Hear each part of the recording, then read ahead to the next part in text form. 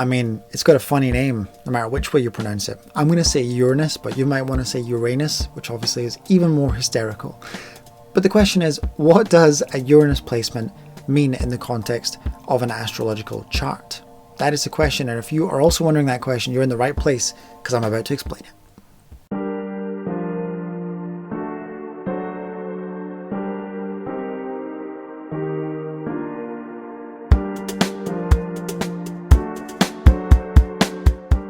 Alright, let's begin with the short answer. I just want to say first of all that Uranus, because it's so far from the Sun, its orbit is so slow that its impact, certainly by sign, is much more strongly felt generationally rather than on a personal level. But having said that, your Uranus placement can show areas in your life where you yearn for freedom. It can show how the theme of revolutionary change comes up for you, and it can show ways in which you rebel against the norm.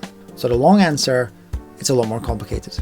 So Uranus is named after the Greek titan Ouranos, who was filled with this real potent sense of creativity. But the thing is, that's the only kind of link between the astrological planet and the physical body that's been named after this titan.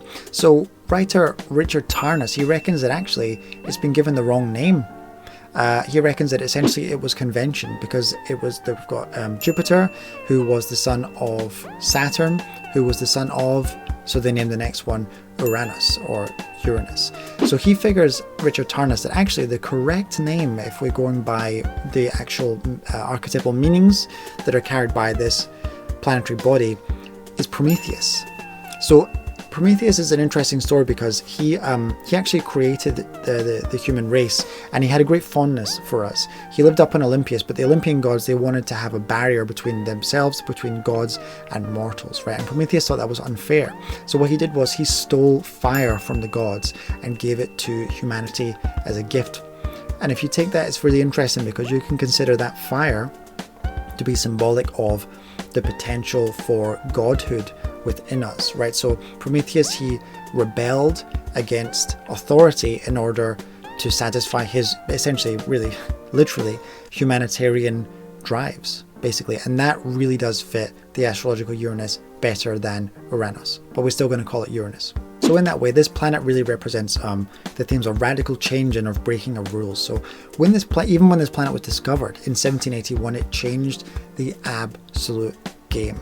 So the whole model of the solar system that had stood for millennia, like literally since the beginning of astronomy, of astrology and everything, that the whole model of the solar system was that there were the sun, the moon, and then the rest of them up to Saturn, and that was it.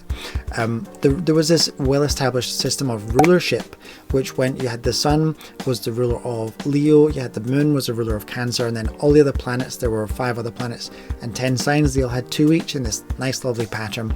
Suddenly you've got Uranus in there, so then they give that the rulership of Aquarius, but then this upsets the whole thing. It's ruined. This lovely pattern that had been there for such a long time was completely disrupted by the discovery of this new planet. The planet itself even sits at 90 degrees compared to all the other planets. It orbits like on its side. It's just doing its own thing, and that really comes through in its impact in a chart. I feel natal placements of Uranus can show areas where you feel a sense of restlessness, right?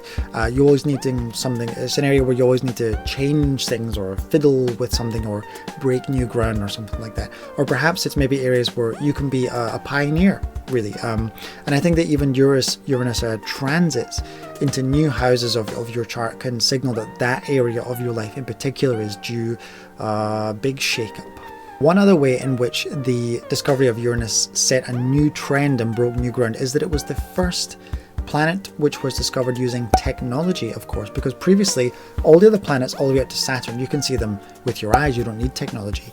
It's almost like Uranus had been orbiting this whole time, and it had been waiting for us on this planet to catch up technologically, to be on its level, really.